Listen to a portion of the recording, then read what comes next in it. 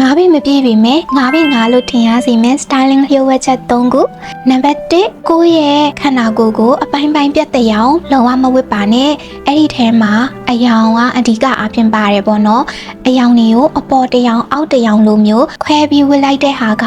ကိုယ့်ရဲ့ခန္ဓာကိုယ်ကိုနှစ်ပိုင်းဖြတ်လိုက်သလိုဖြစ်နိုင်စေပြီးတော့ကိုယ့်ရဲ့အရက်ကိုပိုတူသွားစေပါလိမ့်မယ်အဲ့ဒီအစား monochrome လိုမျိုးအပေါ်အောက်အယောင်တူလေးတွေဝတ်တာပဲဖြစ်ဖြစ် dress အရှည်ကြီးတွေတစ်ဖြောင့်နဲ့ဝတ်တာပဲဖြစ်ဖြစ်အဲ့လိုမျိုးဝတ်တဲ့ဟာကကိုယ့်ရဲ့ခန္ဓာကိုယ်ကိုလွန်လိုက်အရှည်ကြီးဖြစ်သွားစေပြီးတော့အရက်ပိုရှိတဲ့အောင်ထင်ရစေပါလိမ့်မယ်နံပါတ်2အရက်တူတဲ့သူလေးတွေကအမြဲတမ်းကိုယ့်ရဲ့ခါးကိုပေါ်လင်အောင်ဝတ်ဖို့ကအဓိကကြပါတယ် oversize တွေဝတ်တဲ့အခါမှာသတိထားပါတကယ်လို့ oversize အင်ဂျီမျိုးတွေဝတ်တယ်ဆိုရင်တောင်မှပဲကိုယ့်ရဲ့ခါးမှာခပတ်လေးပတ်လိုက်တာပဲဖြစ်ဖြစ်ကိုယ့်ရဲ့ခါးလိုင်းကိုပြက်ပြက်သားသားပေါ်လွင်အောင်ပြပေးတဲ့ဟာကကိုယ့်ရဲ့ခြေထောက်တွေကိုပိုရှိတဲ့အောင်ထင်ရစေပြီးတော့ပိုပြီးလဲ smartကြတဲ့ look ကိုရရှိစေပါလိမ့်မယ်နံပါတ်3ကတော့ဘောင်းမီရွေးချယ်မှုပါ skinny ဘောင်းမီတွေကကိုယ့်ရဲ့ခန္ဓာကိုယ်ကိုအတိုင်းသားပြပေးလိုက်တဲ့အတွက်အရက်တူတဲ့ဟာကိုပိုပြီးတော့သိတာစေတယ်အဲ့ဒီအစား straight leg ဒါမှမဟုတ် wide leg တွေကိုရွေးချယ်လိုက်တဲ့ဟာကကိုယ့်ရဲ့ခြေထောက်လေးတွေကိုပိုပြီးတော့